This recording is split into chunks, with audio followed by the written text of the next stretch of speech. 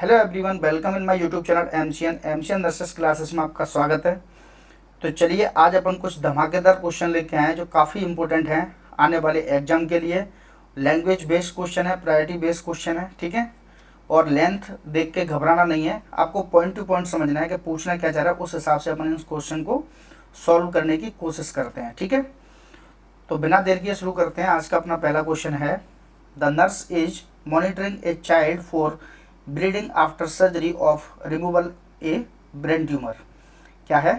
The nurse is monitoring a child for bleeding after surgery for removal of brain tumour. क्या निकला है? बच्चे का ब्रेन ट्यूमर निकला है, ठीक है। The nurse check the head dressing, nurse check कर रही है उसकी हेड ड्रेसिंग को। Presence of blood and notes a colourless drainage on the back of the dressing. Which action should the nurse perform immediately? ठीक है। तो question में क्या पूछना चाह रहा है? क्वेश्चन पूछ रहा है कि एक क्लाइंट है, एक बच्चा है जिसकी सर्जरी हुई है, किसकी? ब्रेन ट्यूमर की। ब्रेन ट्यूमर उसका निकाल दिया है। अब उसकी जो हेड की जो ड्रेसिंग है वो हो रखी है, और उस ड्रेसिंग में से जो ब्लड आ रहा है, और उसने ब्लड के साथ नोट किया कि इसमें से कुछ कलरलेस ड्रेनेज आ रहा है on the back of the dressing. Which action should the nurse perform immediately? तो आपसे immediately perform action पूछ रहा है, ठीक है। ऑप्शन ए क्या है? Notify the surgeon. Option B reinforce the dressing. Option C documents the finding and continue to monitor. Option D circle the area of drainage and continue to monitor. देखिए, अब question को समझने की कोशिश करते हैं, क्वेश्चन को समझने की कोशिश करते हैं। आपको इतनी बड़ी लैंग्वेज क्वेश्चन की देख के घबराना नहीं है, आपको क्वेश्चन का पैटर्न पता होना चाहिए कि पूछना क्या चाह रहा है।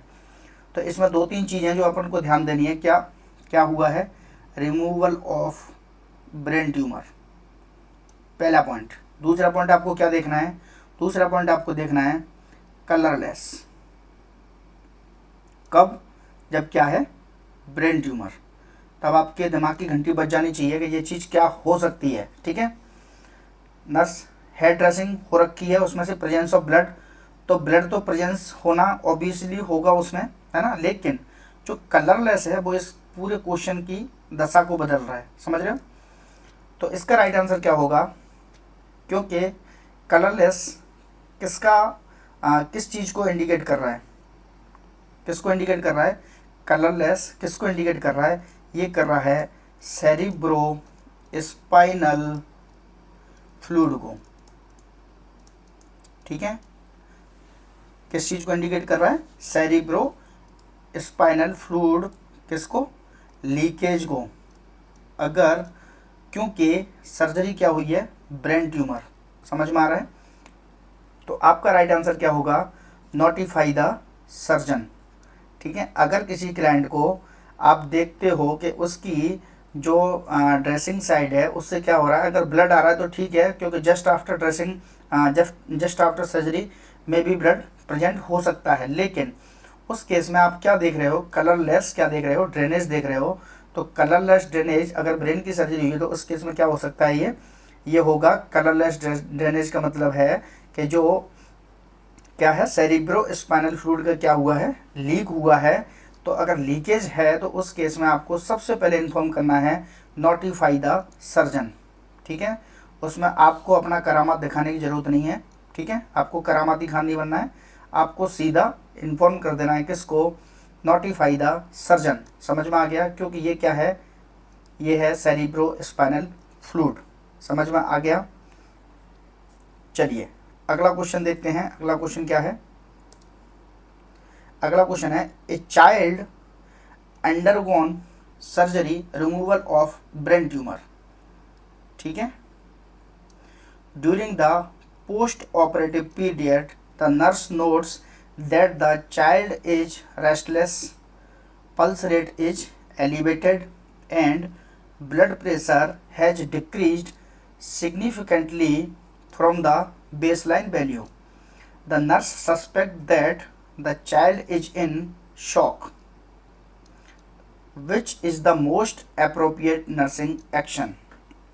तो आपसे क्या पूछ रहा है?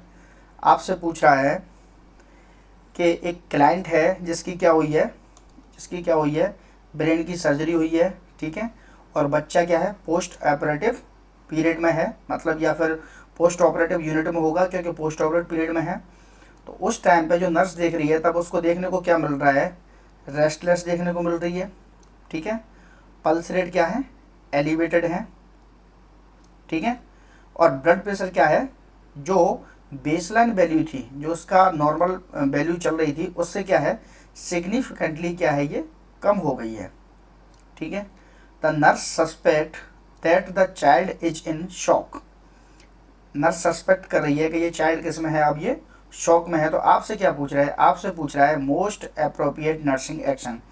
ये आपके लिए समझने के लिए दिया है, लेकिन ये क्वेश्चन कहाँ से बन रहा है, ये क्वेश्चन सिर्फ ये बन रहा है कि एक बच्चा है जिसकी सर्जरी हुई थी, अब ये शॉक में है तो आपको क्या करना है, केवल सिंपल सा है, अगर शॉक की कंडीशन है तो शॉक की कंडीशन में आपको क्या करना है वो आपसे पूछ रहा है। ये सिंगल लाइन क्वेश्चन है, लेकिन आपको लैंग्वेज इतनी देके आपको डरा दिया तो आप इसको पढ़ने में ही टाइम वेस्ट कर दोगे, इसको समझने में टाइम वेस्ट कर दो। इस वजह से इन्होंने इतना लेंथी इस क्वेश्चन को बनाया, लेकिन आपसे जस्ट ये पूछ रहा है जब पेशेंट शॉक में है तब आप क्या करोगे, मोस्ट अप्रोप्रिएट नर्सिंग एक्शन पूछ रहा है। समझ में आ गया। Option A place the child in supine position, ठीक है। Option B place the child in Trendelenburg position, ठीक है। Option C increase the flow rate of intravenous fluid. Option D है notify the primary health care provider, ठीक है। अब ये जो चीज़ है, सर्जरी क्या हुई है, ब्रेन ट्यूमर की सर्जरी थी, शॉक में आया है पेशेंट, तो ये किसकी वजह से हो सकता है, ठीक है, ये किसकी वजह से हो सकता है, ये इंक्रीज आईसीपी की वजह से हो सकता है, इंक्रीज आईसीपी। इंट्राक्रेनियल प्रेशर क्या हो सकता है इस बच्चे का, इसका बढ़ा हुआ हो सकता है। अब आप इस केस में अगर किसी क्लाइंट को जब इसकी ब्रेन की सर्जरी हुई है तब अगर इसको सुपाइन पोजीशन दोगे तो सुपाइन पोजीशन में क्या होगा, इंक्रीज आईसीपी होने के चांस और ज़्यादा होंगे, ठीक है। ट्रेंडेलेनबर्ग अगर पोजीशन किसी बच्चे को दोगे तब भी क्या होगा, आईसीपी बढ़ जाएगा, इंट्राक्रेनियल प्रेशर बढ़ जाएगा, ठीक है। अगर आप क्या करोगे, flow rate of intravenous fluid, अगर आप आईवी फ्लूइड इसका बढ़ाओगे तब भी आप क्या करोगे, इसका आईसीपी बढ़ाओगे। तो आपको क्या करना है, आपको कुछ नहीं करना है, आपको करना है notify the primary health care provider. जब आपको पता चली गया है कि ये बच्चा किस में जा रहा है, शॉक में जा रहा है, तब आपका काम है notify the primary health care provider. समझ में आ गया। In the event of shock primary health care provider immediately inform, ठीक है, और बिना किसी क्लाइंट की, बिना कोई पोजीशन चेंज किए हुए आपको सबसे पहले क्या करना है, आपसे पूछ रहा है मोस्ट अप्रोप्रिएट नर्सिंग एक्शन। तो आपका जो काम है, आपको डॉक्टर नहीं बनना है, आपका जो मोस्ट अप्रोप्रिएट नर्सिंग एक्शन है वो आपको क्या करना है, आपको बेसिक चीज़ है कि अगर ये क्लाइंट बच्चा है, पहली बात ब्रेन ट्यूमर हो गया है, तो आपको क्या करना है, notify the primary health care provider. इतना समझ में आ गया, ठीक है। क्योंकि आप पोजीशन दोगे उसको सुपाइन पोजीशन, तब आप उसकी क्या कर दोगे, आईसीपी बढ़ा दोगे। अब आप उसको ट्रेंडेलेनबर्ग पोजीशन दोगे तब भी आप इसका आईसीपी बढ़ा दोगे, ठीक है। और आप इसको क्या करोगे, फ्लो रेट बढ़ा दोगे किसकी, इंट्रावीनस फ्लूइड की, तब भी आप क्या कर दोगे, इसका आईसीपी बढ़ा दोगे। तो आपको ये करामाती चीज़ें नहीं करनी है, आपको सिंपल सा देखना है क्वेश्चन में, लैंग्वेज कितनी भी बड़ी दी गई हो, आपको 2-3 चीज़ें देखनी है। क्या है, बच्चा शॉक में है और आपको क्या करना है, बस इतना सा जानना है।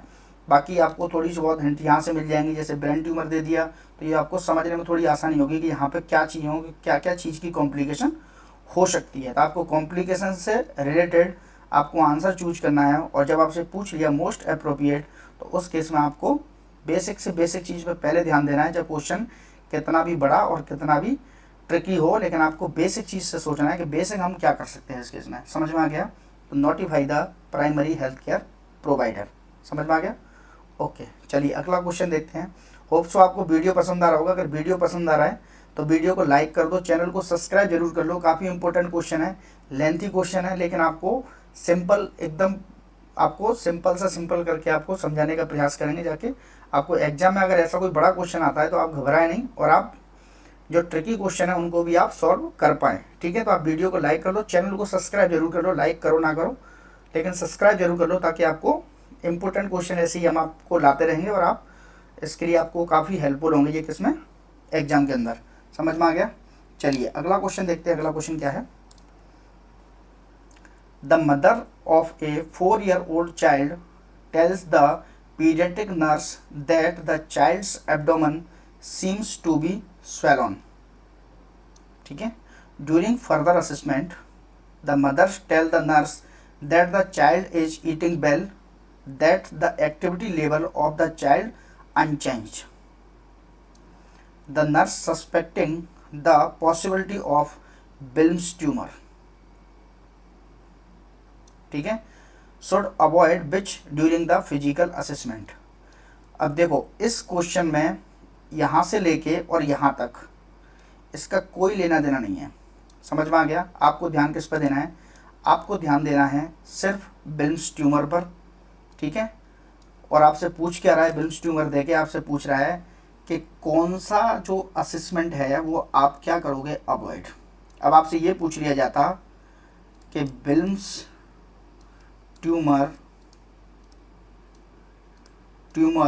के असेसमेंट में क्या अवॉइड करेंगे,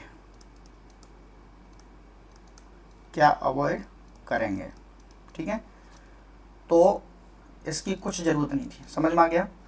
आपसे क्या पूछ रहा है? बिल्स ट्यूमर है, सस्पेक्ट कर रही है नर्स, तो वो किस चीज़ को अवॉइड करेगी, आपसे सिर्फ ये पूछा जा रहा है। तो आपको क्वेश्चन की लेंथ पर नहीं जाना है। ठीक है, आपको ये देखना है कि इस क्वेश्चन में ये पूछना क्या चाह रहा है हमसे। तो बिल्स ट्यूमर में अवॉइड पूछ रहा है असेसमेंट का, फिजिकल असेसमेंट का, इतना पूछ रहा है आपसे। Option A, palpating the abdomen for a mass। Option B, assessing the urine for the presence of hematuria। Option C, monitoring the temperature of for the presence of fever। Option D है monitoring the blood pressure for the presence of hypertension। ठीक है, तो जो bills tumour होता है वो क्या होता है, पहले तो आपको ये पता होना चाहिए। तो जो बिल्स ट्यूमर है वो है क्या? तो bills tumour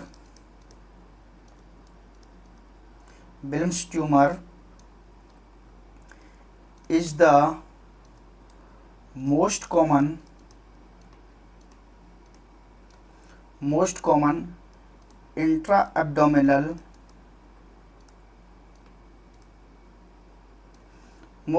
intra-abdominal and kidney tumor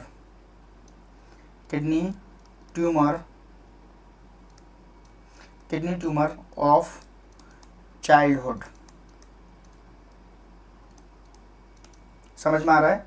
जो बिल्स ट्यूमर होता है वो most common intra abdominal and kidney tumour है। किस में? बच्चों में। ठीक है, यदि इस बच्चे को आप सस्पेक्ट कर रहे हो, इफ बिल्स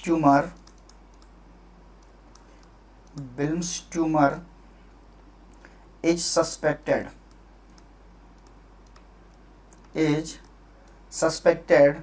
ठीक है, एंड द ट्यूमर मास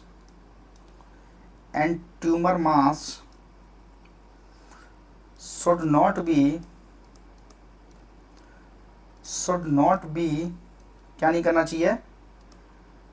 पाल्पेटेड। इसको कभी भी पाल्पेट नहीं करना चाहिए। किसके द्वारा? By the nurse. समझ में आ गया? तो आपको आंसर तो यही मिल गया। ठीक है, समझ में आ गया? जो बिल्स ट्यूमर होता है वो क्या है? चाइल्डहुड में क्या होता है? इंट्रा एब्डोमिनल क्या है? ये किडनी ट्यूमर है। ठीक है, किसका? चाइल्डहुड में ज़्यादातर देखने को मिलता है। और जो बिल्स ट्यूमर है इसको अगर सस्पेक्टेड है तो बाय दी नर्स इसको कभी भी पाल्पेट नहीं करना चाहिए। अब क्यों नहीं करना चाहिए इसको भी अपन समझ लेते हैं। इसको क्यों नहीं करना चाहिए? होप सो आपको वीडियो पसंद आ रहा है। तो जब तक मैं इसको मिटा रहा हूँ तब तक आप चैनल को सब्सक्राइब जरूर कर लो और वीडियो को लाइक कर दो। ठीक है, चलो तो अपन क्या देख रहे थे कि बिल्स ट्यूमर क्या होता है? ये एक किडनी का ट्यूमर है, इंट्रा एब्डोमिनल किडनी ट्यूमर है जो बच्चों में देखने को मिलता है। और बिम्स ट्यूमर अगर किसी का सस्पेक्टेड है तो आपको कभी भी इसको पाल्पेट नहीं करना चाहिए, क्योंकि एक्सेसिव मैनिपुलेशन अगर करेंगे,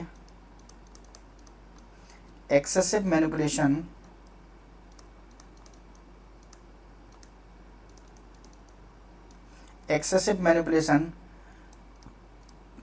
can cause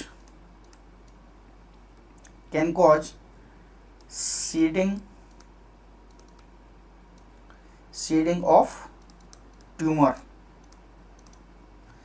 of tumour, and और क्या करेगा,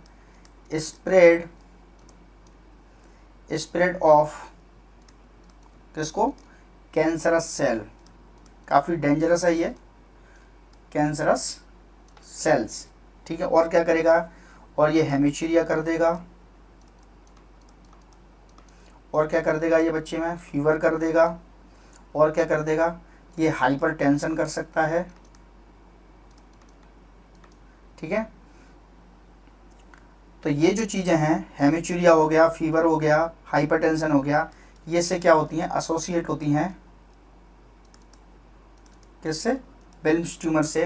तो अगर आपको पता चल गया है कि इस बच्चे को बिल्म्स ट्यूमर है या आपने सस्पेक्ट किया है, तो आप इस केस में इसको क्या नहीं करोगे, palpation of the abdomen for a mass, मतलब उसको देखने के लिए आप इसको पाल्पेशन नहीं करोगे। अगर पाल्पेशन करोगे, एक्सेसिव मैनिपुलेशन करोगे, तो उस केस में क्या करोगा, seeding of the tumour and spread of the cancerous cell, ठीक है। हेमिचूरिया हो सकता है, फीवर हो सकता है, हाइपरटेंशन हो सकती है, जो क्लिनिकल मैनिफेस्टेशन इससे एसोसिएट हो सकती हैं, जो मैंने आपको अभी बताई हैं, ठीक है। काफ़ी इंपॉर्टेंट क्वेश्चन है एग्जाम के पर्पज से, ठीक है।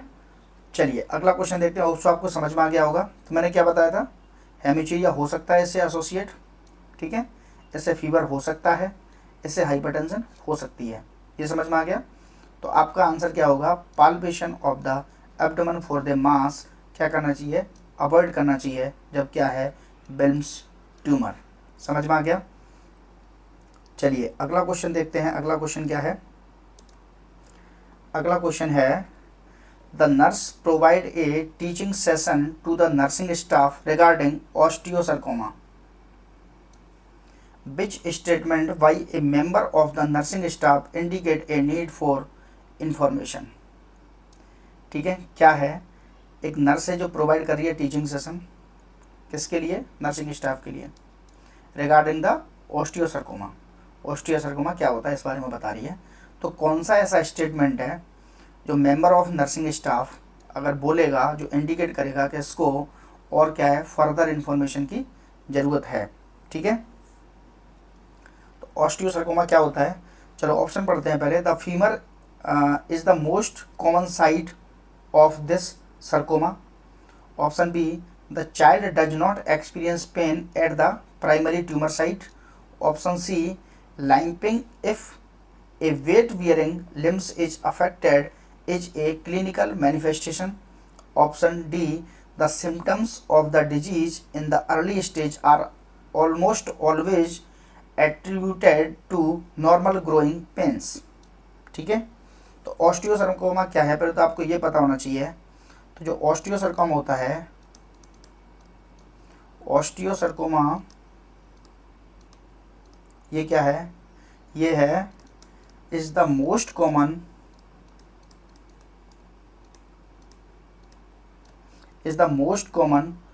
bone cancer। bone cancer किसमें, in the children, बच्चों में। ऑस्टियोसarcoma क्या है, ऑस्टियोसarcoma is the most common bone cancer in the children, ठीक है। और ये जो कैंसर है ये किस में पाया जाता है, तो ये जो कैंसर है, कैंसर यूजुअली फाउंड इन किस में, इन द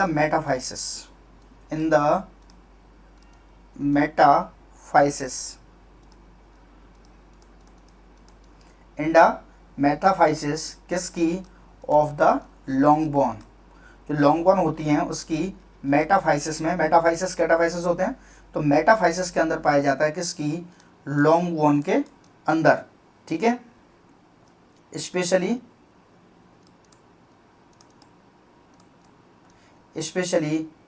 इन द, कहाँ पर, lower extremity, lower extremities, in the lower extremities, ठीक है।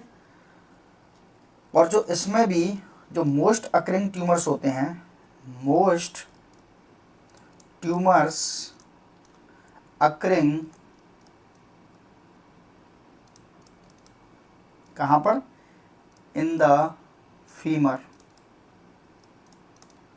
कहाँ पर होते हैं, किस में होते हैं, फीमर में मोस्ट अकरिंग ये पाया जाता है। कहाँ पर होता है, लोअर एक्सट्रीमिटीज में होता है, ठीक है। कहाँ पर होता है, मेटाफाइसिस, कहाँ पर, किसकी, लॉन्ग बोन की मेटाफाइसिस के अंदर पाया जाता है। और ऑस्टियोसार्कोमा क्या है, ये मोस्ट कॉमन बोन कैंसर है, किसके अंदर, चिल्ड्रन के अंदर। तो अगर आप देखोगे तो आपके एक मोस्ट कॉमन पूछ लिया तो 2, मेटाफाइसिस 3, लॉन्ग बोन 4, और मोस्ट अकर कहाँ पर होता है, फीमर। कितने क्वेश्चन बन गए, 5 क्वेश्चन, किसमें से, सिर्फ एक क्वेश्चन से, ठीक है। तो मैं आपको टिक करके बता नहीं रहा हूँ, पर आप देखोगे तो आप इसमें से मल्टीपल क्वेश्चन देखने को मिलेंगे, इसलिए बोल रहा हूँ मैं, काफ़ी इंपॉर्टेंट क्लास है। और यहाँ से आगे जितने भी आएंगे आपको एग्जाम के लिए काफ़ी इंपॉर्टेंट क्लास होने वाली है।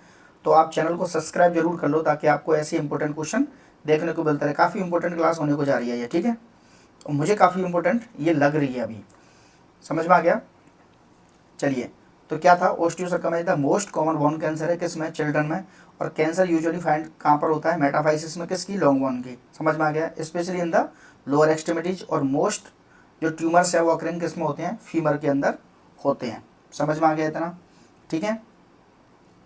और ये होता कैसे है, इसको भी देख लेते हैं, इसकी जो प्रोसेस है उसको भी देख लेते हैं, तो उसमें आपको आंसर मिल जाएगा।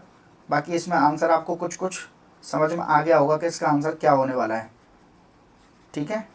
क्योंकि अगर आपको पता है टॉपिक के बारे में, तो आप, अगर आपको सही आंसर नहीं भी पता है, तब भी आप 3 ऑप्शन को एलिमिनेट करके अपना राइट आंसर चूज कर सकते हैं। अगर आपको 3 ऑप्शनों में से भी पता है तो भी आप सही आंसर चूज कर पाएंगे।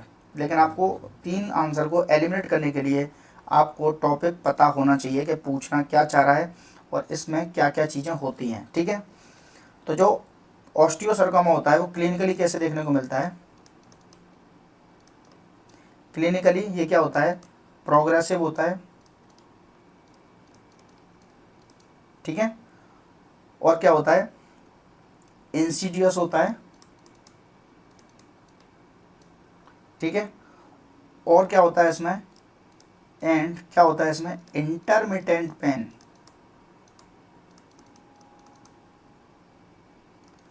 इंटरमिटेंट क्या होता है इसमें, पेन होता है, ठीक है। कहाँ पर, एट द ट्यूमर साइट, जो ट्यूमर की साइट है उसमें क्या होता है, पेन होता है। तो आपको आंसर लगभग समझ में आ गया होगा, लगभग समझ में आ गया होगा, लेकिन इसको और डिटेल में पढ़ते हैं। और जो पेन होता है, बाय द टाइम जो पेन होता है वो इतना हो जाता है कि चिल्ड्रंस जो होते हैं, by the time children receive क्या, मेडिकल अटेंशन, मतलब पेन किलर, मेडिकल अटेंशन, ठीक है, समझ में आ गया। तो ये पेन धीरे धीरे बढ़ के इतना हो जाता है कि अब इसके लिए मेडिकल अटेंशन की ज़रूरत होती है। तो femur is the most common site for sarcoma.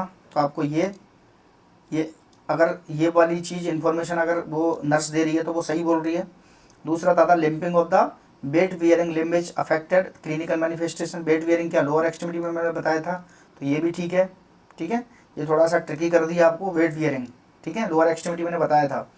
तीसरा क्या था, the symptoms of the disease early stage are almost always attribute to the normal growing pains, normal growing pains जो है ना ठीक ठाक पेन होता है, तो ये भी इसका सही है, ठीक है। अब आपको क्या इसमें क्या होता है, पेन शुरू से ही होता है, लेकिन इसमें स्टेटमेंट क्या दे रही है, वो the child does not experience pain at the primary tumour site, और जो प्राइमरी ट्यूमर साइट है उस पर ही क्या होता है, पेन होता है। तो ये जो सेंटेंस अगर बोल रही है तो वो क्या है, उसको फर्दर एजुकेशन की ज़रूरत है या फर्दर इंफॉर्मेशन की ज़रूरत है। समझ में आ गया? तो राइट आंसर क्या हो जाएगा, the child does not experience pain at the primary tumour site. Hope so आपको पसंद आ रहा होगा। ठीक है, चलिए अगला क्वेश्चन देखते हैं बिना देर किए हुए। The nurse analyse the laboratory value of a child with leukaemia who is receiving chemotherapy, जो कि कीमोथेरेपी रिसीव कर रहा है। The nurse notes that the platelet count 19,500। ठीक है, on the basis of this laboratory result which intervention should the nurse include in the plan of care. आपको पता होना चाहिए 1,50,000 से कितनी होती हैं, 4,50,000। ये क्या होती हैं, नॉर्मल प्लेटलेट, क्या होती है, normal platelet count. Normal platelet count कितना होता है, 1.5 लाख से 4.5 लाख। समझ में आ गया? इस क्लाइंट का कितना है, 19,500। तो 19,500 अगर किसी का है तो उस केस में क्या होगा, इसको क्या बोलेंगे, इसको बोलेंगे थ्रोम्बोसाइटोपिनिया।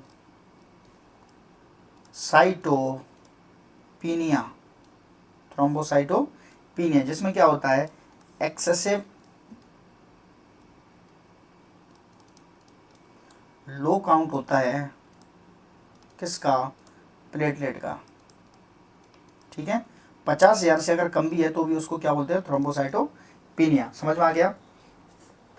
ऑप्शन ए क्या है, initiating bleeding precaution. Option B, monitor closely for sign of infection. Option C, monitor the temperature every 4 hours. Option D, initiate protective isolation precaution. ठीक है, आपसे क्वेश्चन क्या पूछा है, आपसे क्वेश्चन पूछा है कि उसका जो प्लेटलेट काउंट है वो कितना है, 19,500।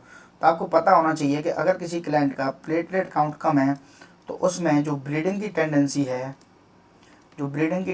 है, वो क्या हो जाएगी, बढ़ जाएगी। अब बाकी सारी चीज़ें, monitor closely for sign of infection, ये नहीं होगा। अगर इसको क्या होता, अगर इसके डब्ल्यू काउंट ये अगर कम होते तो उस केस में आपको क्या करना था, उस केस में आपको इसको इन्फेक्शन से प्रिवेंट करना था। Monitor the temperature of every, अगर कोई इन्फेक्शन होता तो उस केस में आपको इसका टेम्परेचर रिकॉर्ड करने की जरूरत पड़ती। इनिशिएटिव प्रोटेक्टिव आइसोलेशन इस क्लाइंट के लिए नहीं लेना है, क्योंकि ये क्या है, न्यूट्रोपेनिया का नहीं है, ये थ्रोम्बोसाइटोपिनिया का पेशेंट है। ठीक है, न्यूट्रोपेनिया किसको बोलते हैं, न्यूट्रोपेनिया बोलते हैं एक्सेसिव लो काउंट ऑफ किसका WBC काउंट का। ठीक है, तो न्यूट्रोपेनिया नहीं है, इसको क्या है, थ्रोम्बोसाइटोपिनिया। तो उस केस में आपको क्या करना है, इनिशिएट ब्लीडिंग प्रिकॉशन, क्योंकि इसके क्या है, प्लेटलेट काउंट काफ़ी कम है। कितने हैं, 19,500। अगर इसको सुई भी चुभाइए तो उससे भी ब्लीडिंग होने के चांसेस हो जाएंगे। उस केस में आपको क्या करना है, इनिशिएट ब्लीडिंग प्रिकॉशन लेने हैं।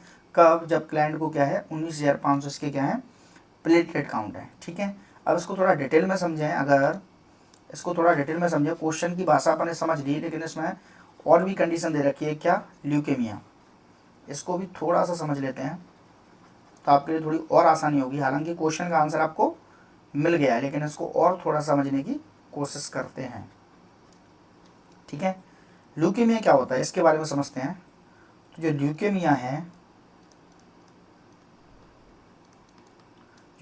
है, ये क्या है, इज ए मैलिग्नेंट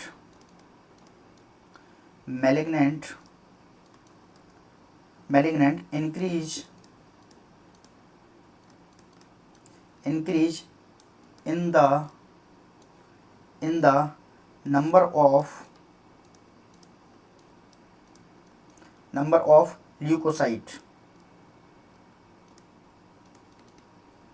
ठीक है, ये क्या है, leukaemia is the malignant increase in the number of leukocyte. ठीक है, यूजुअली जो कि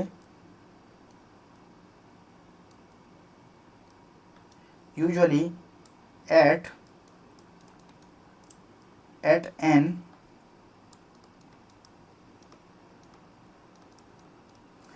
immature stage इन द, कहाँ पर, बोन मैरो। ठीक, अब ये क्या करती है, it affects the bone marrow, it affects the bone marrow, causing, जो क्या करती है फिर उससे, कॉजिंग एनीमिया। ठीक है, एनीमिया कैसे होता है, फ्रॉम डिक्रीज एरिथ्रोसाइट। समझ में आ रहा है, ठीक है। अब क्या हो गया, ल्यूकेमिया का समझ में आ गया। तो ये क्या कर रहा है, एरिथ्रोसाइट जो बनने चाहिए थे उनको क्या करिए, बोन मैरो में अगर कोई इन्फेक्शन हो गया तो उसकी वजह से एनीमिया होगा, क्योंकि एरिथ्रोसाइट अब प्रॉपर नहीं बन रही हैं, क्योंकि बोन मैरो में तो क्या हो गया, इन्फेक्शन। अब आगे इसमें देखते हैं, इन्फेक्शन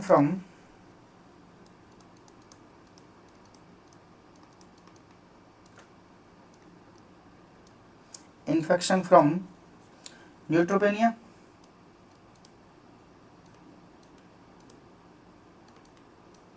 ठीक है, एंड, और क्या होगा, and bleeding from decrease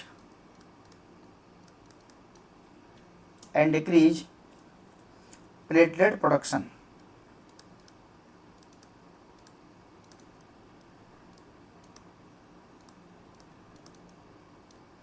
platelet production, उसको क्या बोलते हैं, थ्रोम्बोसाइटोपिनिया।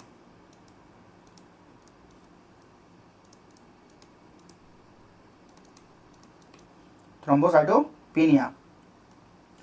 अब अगर किसी बच्चे का प्लेटलेट काउंट कम है तो क्या होगा, ब्लीडिंग ज़्यादा होने की संभावना बढ़ जाएगी, जैसा कि मैंने अभी आपको बता दिया ऑलरेडी। ठीक है, if child has a low platelet count, तो यूजुअली लेस देन कितना बताया था मैंने बताया था 50,000 से अगर कम है तो उसको क्या बोलते हैं, थ्रोम्बोसाइटोपिनिया बोलते हैं, जबकि इसका तो कितना है, 19,500।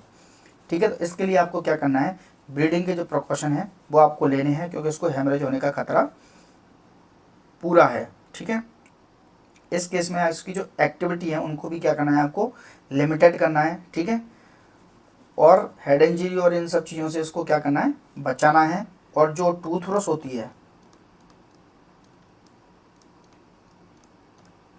जो टूथ ब्रशेस हैं, तो टूथ ब्रशेस को क्या करनी है, सॉफ्ट वाली यूज करनी है, सॉफ्ट टूथ ब्रशेस को यूज करनी है। ठीक है, और इसका जो यूरिन है, यूरिन और जो स्टूल है, इसको भी वॉच आउट करना है।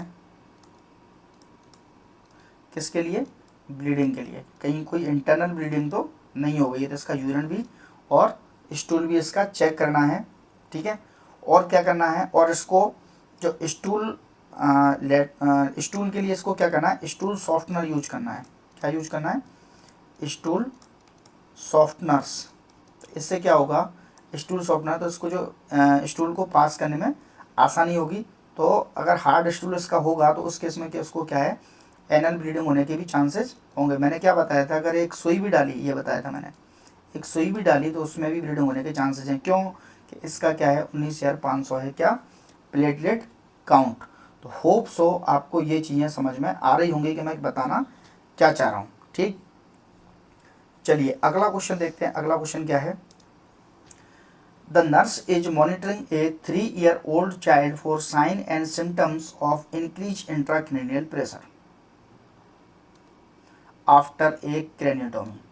The nurse plans to monitor for which early sign or symptoms for increase ICP। क्या पूछ रहा है, increase ICP का, इंक्रीज ICP का क्या पूछ रहा है आपसे, अर्ली साइन पूछ रहा है, अर्ली साइन। लेकिन इसमें ध्यान देने वाली बात क्या है पता है, ध्यान देने वाली बात यह है 3-year-old चाइल्ड है। अब आप पूछोगे कि क्यों, कि जो एंटीरियर फोंटानेल वो क्लोजिंग कब होता है वो आपको पता होना चाहिए। 3 साल से पहले ये दोनों ही एंटीरियर और पोस्टीरियर फोंटानेल जो होते हैं वो क्या होते हैं, वो फिल हो जाते हैं। ठीक है, तो अब 3 साल के बच्चे में आपको बल्जिंग फोंटानेल ये सारी चीज़ें आपको देखने को नहीं मिलेंगी, तो आपको पता होना चाहिए कि ये सारे इसके क्लोजर हो चुके हैं। तो उस केस में इस बच्चे का अर्लियर साइन क्या होगा, किसके लिए, इंक्रीज आईसीपी के लिए। क्वेश्चन ट्रिकी है, ठीक है, आपको बच्चे की एज पे भी ध्यान देना है। जब क्या पूछ रहा है, इंक्रीज आईसीपी का पूछ रहा है आपसे।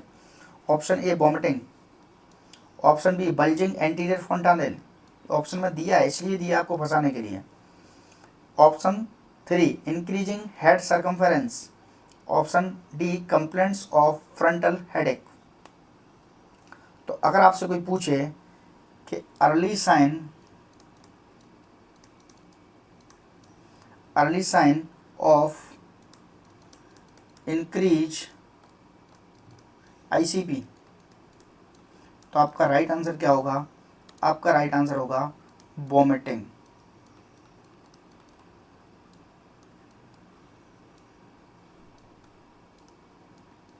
ठीक है, क्योंकि अब इसकी जो बॉल्स हैं, अब इसकी जो बोन्स हैं, वो जो क्रेनियम है उसका वो प्रोटेक्ट हो चुका है, किन से, बोन से, क्योंकि अब इसके फोंटानेल्स ओपन नहीं हैं। तो उस केस में ये प्रेशर जो होगा वो अब इंटरनल ही होगा। ठीक है, चलो इसको थोड़ा डिटेल में समझते हैं कि ये चीज़ क्या है। अर्ली साइन मैंने बता दिया आपको, इंक्रीज आईसीपी होगा। ठीक है, चारों ऑप्शनों के बारे में थोड़ा डिटेल पढ़ लेते हैं। जो ब्रेन होता है, the brain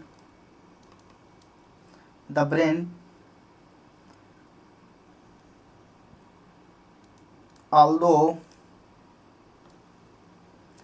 well protected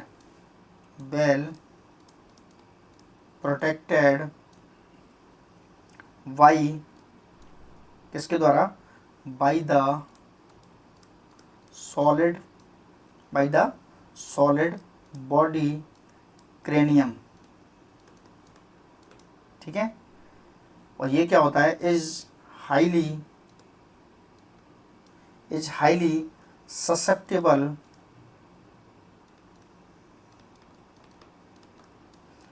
to pressure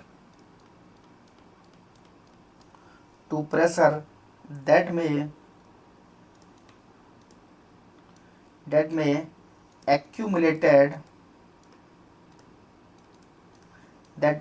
accumulated within the closure। जो मैंने क्या बताया था भाई, within the closure, क्योंकि फोंटानेल क्या हो चुके हैं, बंद। ठीक है, और जो वॉल्यूम है, वॉल्यूम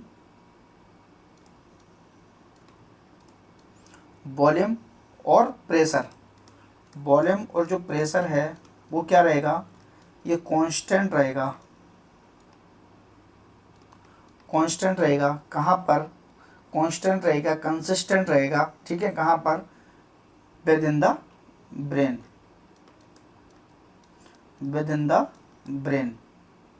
ठीक है, तो जो प्रेशर है वो कंटिन्यूस रहेगा या कांस्टेंट रहेगा, कहाँ पर, ब्रेन के अंदर। ठीक है, अब क्या हो गया, अब ये कांस्टेंट रहा, उसके बाद क्या होगा, वॉमिटिंग कैसे होती है वो मैं आपको बता रहा हूँ।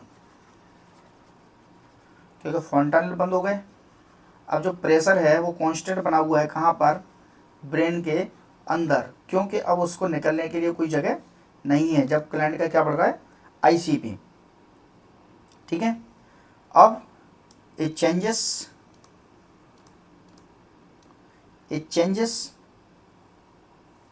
in the size of brain such as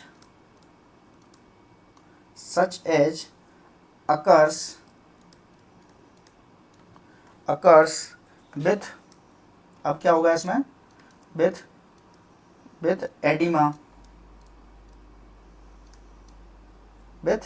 oedema और क्या होगा, या फिर increase volume of intracranial blood,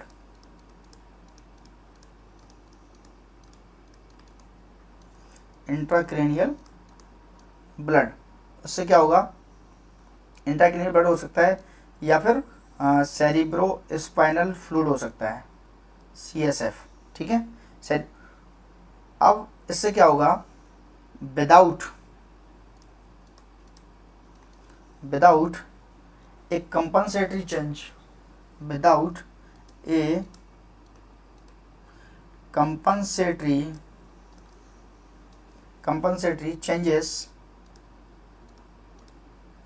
compensatory changes leads to increase ICP। समझ में आ गया।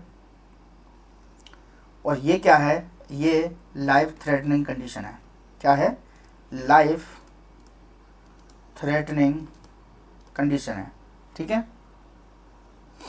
अब इससे क्या होगा, लाइफ थ्रेटनिंग कंडीशन हो गई तो ये क्या करेगा, ये कैन बिकम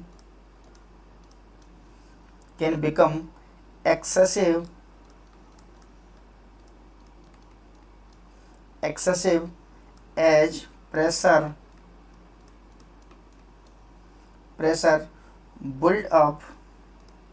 अब ये क्या करेगा, बुल्ड अप, और क्या करेगा, एंड स्टिमुलेट। ये स्टिमुलेट करेगा किसको, स्टिमुलेट करेगा किसको, मेडुला को, और किसको, ब्रेन स्टेम को। तो अब समझ में आ गया किसको क्या हुई, वॉमिटिंग क्यों हुई, कि अब इसने इसको किसको कर दिया, मेडुला और ब्रेन स्टेम को क्या कर दिया, इसकी वजह से इसको क्या हुई, वॉमिटिंग। तो जो अर्ली साइन है वो क्या हो गया, वॉमिटिंग। किसका, अगर किसी क्लाइंट का क्या है, इंट्राक्रैनियल प्रेशर बढ़ गया है जब वो 2 साल से ज़्यादा एज का है, तो उस केस में क्या है, जो फोंटानेल वो बंद है, तो उसको निकलने के लिए कोई जगह ही नहीं है, ठीक है। अब ये कब बंद होते हैं फोंटानेल, उनको भी देखते हैं।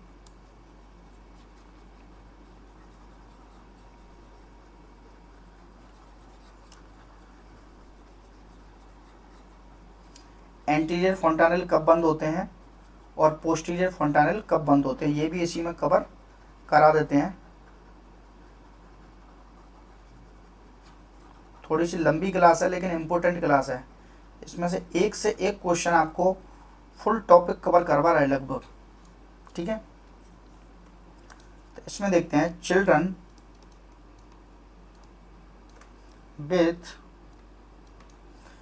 With open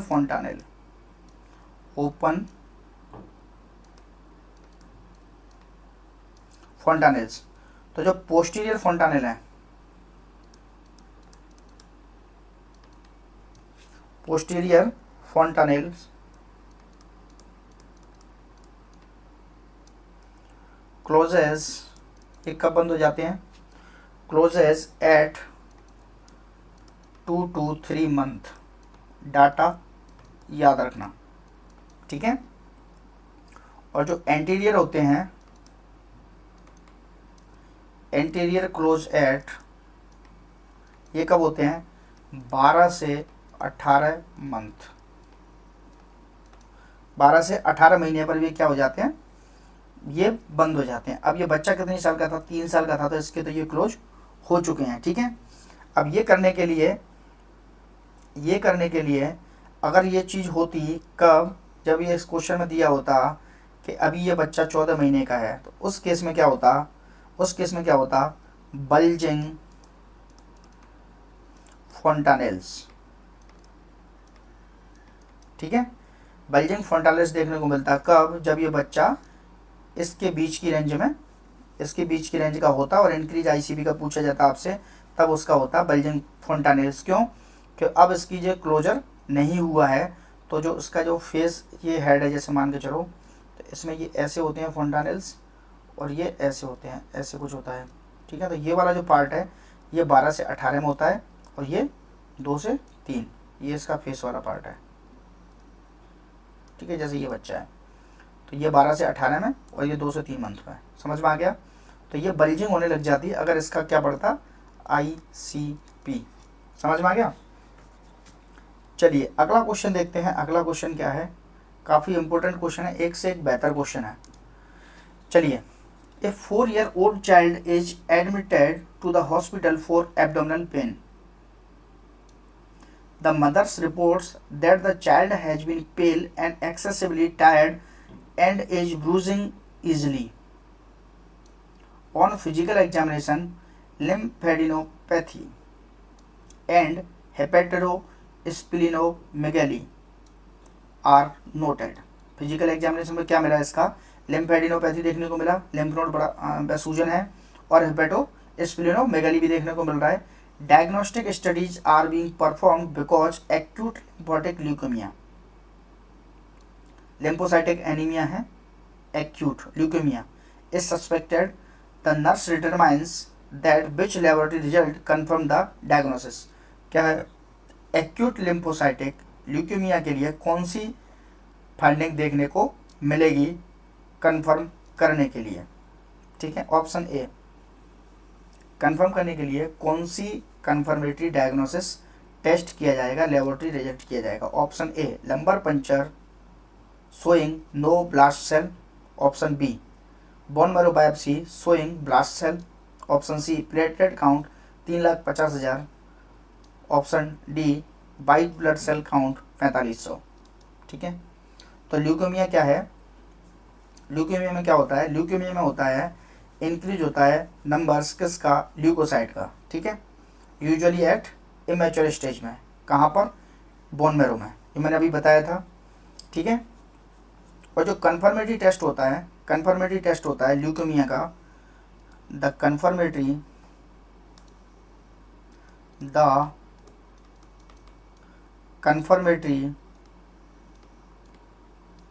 confirmatory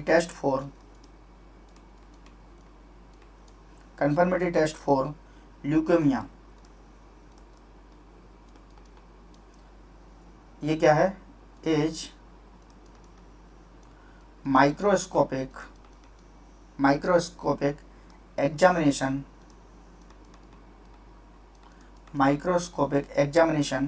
of bone marrow. ठीक है, microscopic examination of bone marrow. ठीक है, जो कि कैसे करते हैं, obtain by bone marrow aspirate या बोन मैरो एस्पिरेशन। ठीक है, बोन मैरो एस्पिरेट करते हैं, फिर उसकी बायोप्सी करते हैं, तो उससे आप क्या कर सकते हो, उससे कन्फर्मेटरी टेस्ट कर सकते हो, किसको, ल्यूकेमिया। ठीक है, क्वेश्चन में क्या पूछ रहा था, और इससे और इसमें कन्फर्म क्या देखने को मिलता है, बोन मैरो एस्पिरेशन किया, बायोप्सी कर ली, बायोप्सी करने के बाद क्या होता है, अगर which is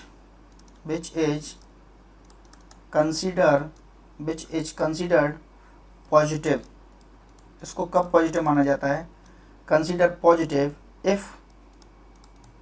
if blast cell are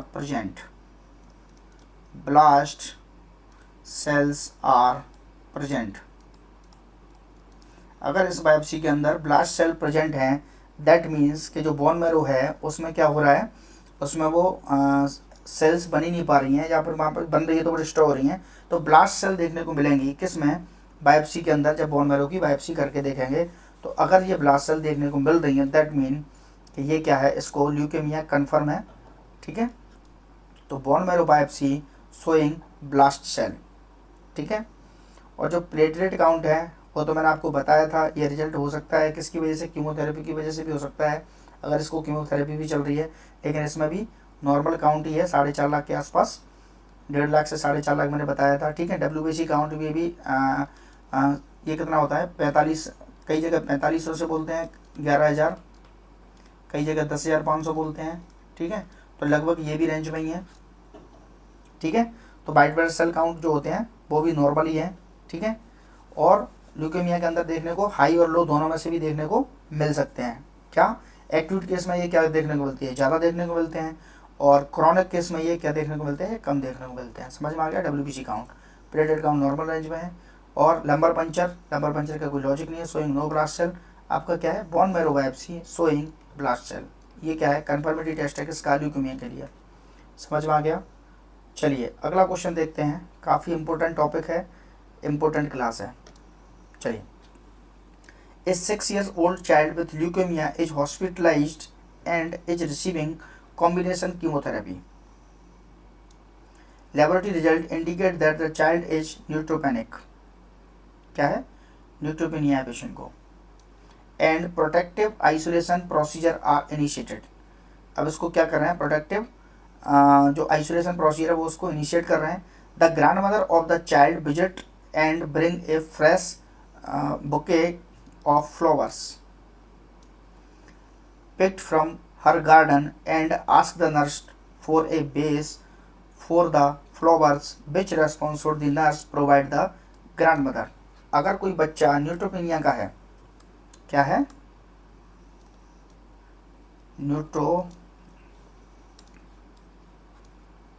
अगर कोई बच्चा क्या है, न्यूट्रोपेनिया का है, इसको क्या है, इन्फेक्शन के लिए आपको आइसोलेशन प्रिकॉशन लेने हैं, इन्फेक्शन से प्रिवेंट करने के लिए। ठीक है। अब क्या है, इस केस में क्या है कि ये बच्चा 6 साल का है, ल्यूकेमिया का है, ठीक है, और इसको क्या है, न्यूट्रोपेनिया भी है। इस केस में इसकी जो दादी हैं वो क्या लेके आई हैं, अपने गार्डन से क्या लेके आई हैं, बुके लेके आई हैं फ्लावर्स का, जो कि गार्डन से लिया है खुद के से। ठीक, तो कौन सा रेस्पॉन्स है जो प्रोवाइड करेगा, कौन सा स्टेटमेंट है जो प्रोवाइड करेगा इस ग्रैंड मदर को इस बच्चे से संबंधित। Option A, I have a vase in the utility room and I will get it for you. Option B, I will get the vase and wash it well before you put in the flowers in it. Option C, the flowers from the your garden are beautiful but should not be placed in the child's room at this time. Option D, when the brings the flower into the room, place them on bedside stand as far away from the child's as possible। तो अगर ये बच्चा है तो इसको ये infection का इसको खतरा बहुत ज़्यादा रहता है। कब, जब किसी बच्चे के WBC काउंट जो हैं वो क्या है, एक्सेसिव क्या है, लो हैं, तो ये जरा सी चीज़ों से भी इन्फेक्टेड हो सकता है। ठीक है, तो इसके लिए क्या किया जाता है, इसको प्राइवेट रूम में रखा जाता है, आइसोलेशन के अंदर रखा जाता है, उसके कॉन्टैक्ट जो प्रिकॉशन है वो सारे लिए जाते हैं। ठीक है, तो अगर ये बच्चा बाहर की चीज़ जो गार्डन में लगी हुई है अगर इसको इसके कांटेक्ट में आएगी तो इसको इन्फेक्शन का ज़्यादा खतरा और बढ़ जाएगा। तो नर्स क्या बोलेगी इसको, the flowers from your garden are beautiful. ठीक है, उसको नेगेटिव आंसर भी नहीं करना है, किसको उसकी ग्रैंड मदर को। But should not be place in the child's room at this time. आप इस समय पर इनको बच्चे के पास में नहीं रख सकते हैं, आपके जो फूल है वो काफ़ी सुंदर है। ठीक है, समझ में आ गया। तो the flowers from the your garden are beautiful but should not be place in the child room at this time. तो जो ल्यूकेमिया होता है वो malignant increase number of leukocyte, जो मैंने अभी बताया ही था आपको। इसमें क्या होता है, जो इमेच्योर स्टेज में होता है इन द कहाँ पर, बोन मैरो में, और ये किसको अफेक्ट करता है, बोन मैरो को। कॉजिंग करता है क्या, ये एनीमिया कॉज करता है, एरिथ्रोसाइट जो होती है उनको कम कर देता है और न्यूट्रोफिनिया कर देता है, और उसकी वजह से डिक्रीज प्लेटलेट प्रोडक्शन भी हो सकता है जिसको थ्रोम्बोसाइटोपेनिया बोलते हैं। ठीक है, और जो हॉस्पिटलाइज अगर हॉस्पिटलाइज कोई न्यूट्रोपेनिक क्या है बच्चा है और इसको क्या बोला था, फ्लावर्स लेके आई थी। ठीक है, तो ये क्या होगा, ये इसकी वजह से क्या हो सकता है, क्योंकि ये जो फ्लावर्स हैं उसमें क्या होगा, वाटर होगा और डैम सॉइल होगी। ठीक है, तो उसकी वजह से क्या होगा, ये ससेप्टेबल हो जाएगा किसके लिए, इन्फेक्शन के लिए। और जो फ्रेश फ्रूट हो गए, वेजिटेबल्स हो गए, है ना, और हार्बर्स मोल्ड हो गए, है ना, ये अवॉइड करना चाहिए। जो भी वेट चीज़ हैं, जो भी मार्केट से आ रही हैं, वो अवॉइड करनी चाहिए। कब तक, जब तक इसके जो वाइट ब्लड सेल काउंट जो हैं वो क्या नहीं हो जाए, इंक्रीज नहीं हो जाए, तब तक आपको क्या करना है, इसको इससे दूर ही रखना है। समझ में आ गया। चलिए अगला क्वेश्चन देखते हैं। अगला क्वेश्चन क्या है, a diagnosis of Hodgkin disease is suspected in 12-year-old child, several diagnostic studies are performed to determine the presence of this disease. Which diagnostic test result will confirm the diagnosis of Hodgkin disease? क्या पूछ रहा है question? हॉटस्किन disease की diagnosis suspect कर रहे हैं किसके लिए? 12 साल का बच्चा है, सेवरल डायग्नोस्टिक स्टडी हैं वो कर ली हैं, the determined of presence of this disease. तो ऐसी कौन सी डायग्नोस्टिक टेस्ट है जो कंफर्म करेगी किसको? हॉटस्किन डिजीज को। ठीक है, हॉटस्किन डिजीज क्या है? पहले तो ये है a type of lymphoma, a type of lymphoma. ठीक है, जो क्या होता है, ये होता है type of lymphoma is A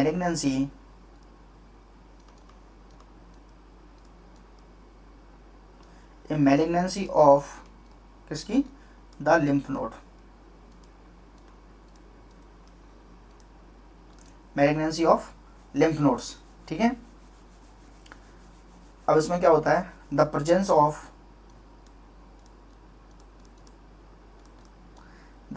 of जिएंट या फिर मल्टी न्यूक्लिएटेड सेल्स, जिसको क्या बोलते हैं? रीड, आपको सबको पता होगा, read Steinberg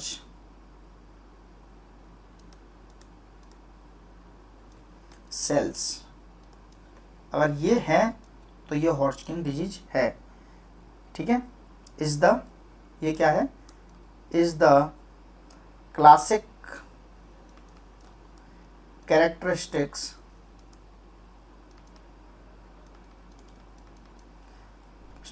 of the disease. समझ में आ गया? तो रीड स्टेनबर्ग अगर सेल देखने को मिल रही हैं तो ये इसकी क्लासिक कैरेक्टरिस्टिक है किसकी? हॉटस्किन डिजीज की। ये क्या है? टाइप ऑफ लिम्फोमा है, is a malignancy of the lymph node. समझ में आ गया? ठीक है, ऑप्शन एक क्या है? Elevated vanillylmandelic acid urinary level. ठीक है, तो ये किस में पाया जाता है? ये पाया जाता है आपका, ये किस में देखने को मिलता है? ये देखने को मिलता है न्यूरोब्लास्टोमा में। किस में देखने को मिलता है? ये देखने को मिलता है न्यूरोब्लास्टोमा में। न्यूरोब्लास्टोमा के अंदर ये देखने को मिलता है कौन सा? Elevated vanillylmandelic acidic urinary level. आपका राइट आंसर क्या होगा? The presence of blast cell in bone marrow. तो ये किसके अंदर देखने को मिलता था? मैंने अभी बताया था, ये देखने को मिलता है ल्यूकेमिया में। ठीक है, ब्लास्ट सेल कहाँ पर? बोन मैरो की जब बायोप्सी करते हैं तब। तीसरा क्या है? द प्रेजेंस ऑफ एपिस्टेन बारबारस इन द ब्लड। ये क्या है? एपिस्टेन बारबारस ये एसोसिएट होता है किससे? इन्फेक्शियस, किससे? मोनोन्यूक्लियोसिस। किससे होता है? इन्फेक्शियस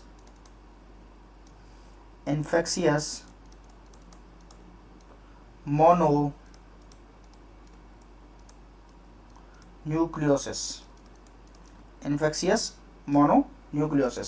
तो ये इसमें देखने को मिलता है। The presence of Reed Sternberg cells, ये किस में देखने को मिलती है? ये देखने को मिलती है हॉटस्किन डिजीज के अंदर। समझ में आ गया? The presence of Reed Sternberg cells, ये क्या है? कंफर्म द डायग्नोसिस, क्योंकि ये स्पेशली कैरेक्टरिस्टिक है किसके लिए? हॉटस्किन डिजीज के लिए। समझ में आ गया? चलिए नेक्स्ट, अगला क्वेश्चन है आपका, which specific nursing intervention are implemented in the care of a child with leukaemia who is at risk for infection, select all that apply। तो कौन से ऐसे इंटरवेंशन हैं जो इम्प्लीमेंट किए जाएंगे कब? जब एक बच्चा क्या है? ल्यूकेमिया का है। सेलेक्ट ऑल दैट अप्लाई, इसमें से कौन कौन से हैं वो आपको सेलेक्ट करने हैं। तो maintain the child's in semi private room, नहीं, सेमी प्राइवेट रूम नहीं, इसको रखेंगे प्राइवेट रूम में। ठीक, दूसरा क्या है, reduce exposure to environmental organism, बिल्कुल सही है। तीसरा है use strict aseptic technique for all procedure, yes ये भी ठीक है। Ensure that anyone entering the child's room wear a mask, ये भी ठीक है।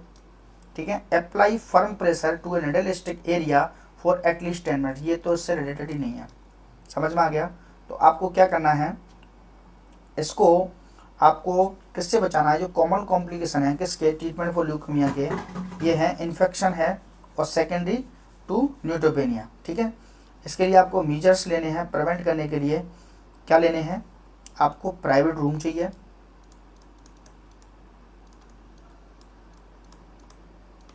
प्राइवेट रूम चाहिए। ठीक है। और आपको स्ट्रिक्ट असेप्टिक टेक्निक यूज करनी है इस बच्चे के लिए। ठीक है। रिस्ट्रिक्ट करना है, रिस्ट्रिक्शन किसका, ऑफ विजिटर्स का, विजिटर्स रिस्ट्रिक्ट करने हैं, समझ में आ गया। और जो एक्टिव इन्फेक्शन कंट्रोल है वो आपको इसमें करना है, जैसे कि हैंड वॉशिंग,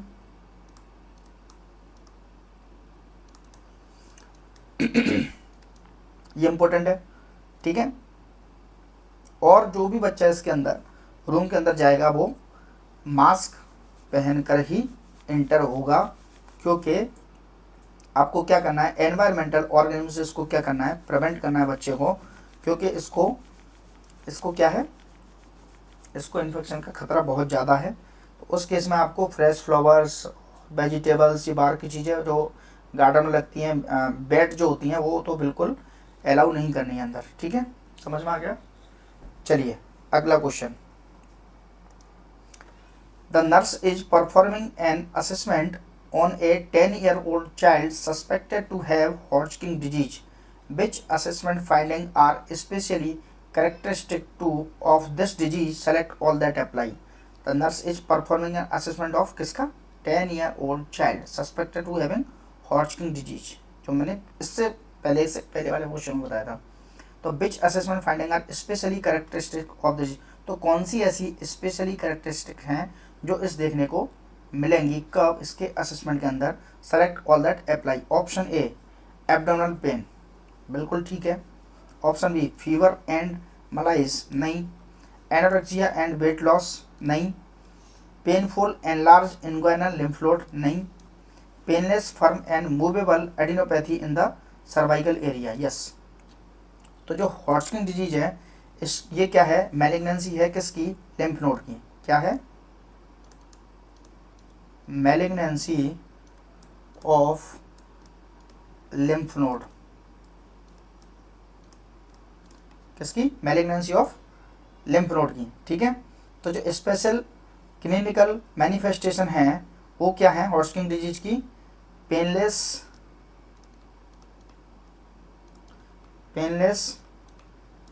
फर्म एंड, और क्या होती हैं,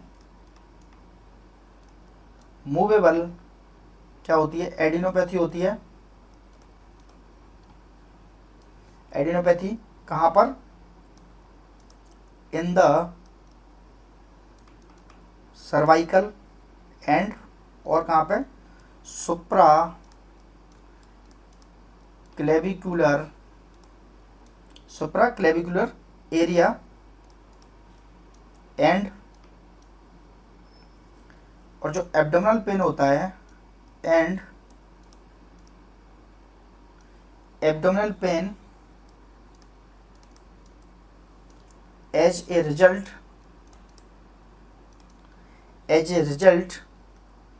ऑफ, किसकी वजह से, इनलार्ज रेट्रोपेरिटोनियल नोड्स, किसकी वजह से, रेट्रोपेरिटोनियल नोट्स, समझ में आ रहा है। ठीक है। तो इसी बच्चे में और क्या देखने को मिलती है, इसी के आगे अपन नोट करें, अगर इसी के आगे अगर देखें तो जो हेपेटो स्प्लीनोमेगली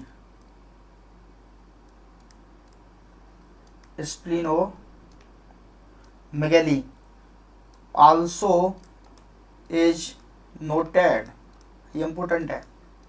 हेपेटोस्प्लेनोमेगाली इसमें देखने को मिलती है। और इसमें क्या देखने को मिलता है, और इसमें क्या देखने को मिलता है, फीवर,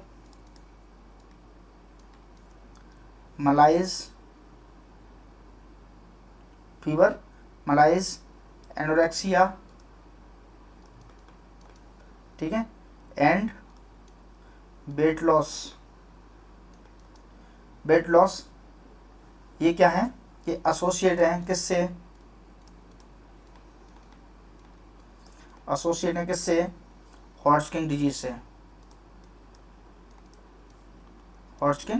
डिजीज से, ठीक है, समझ में आ गया।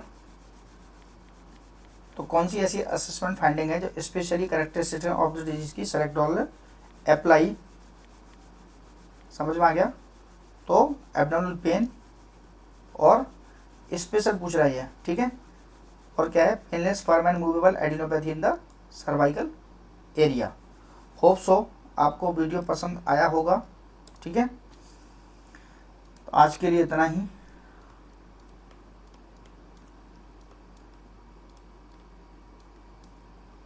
Thank you so much. Video को लाइक कर देना और चैनल को सब्सक्राइब कर लेना। काफ़ी इम्पोर्टेंट टॉपिक से आपको क्वेश्चन लेके आ रहे हैं, ठीक है। तो चलिए वीडियो को लाइक कर दो, चैनल को सब्सक्राइब कर दो। मिलते हैं अगली क्लास में, ठीक है। Thank you.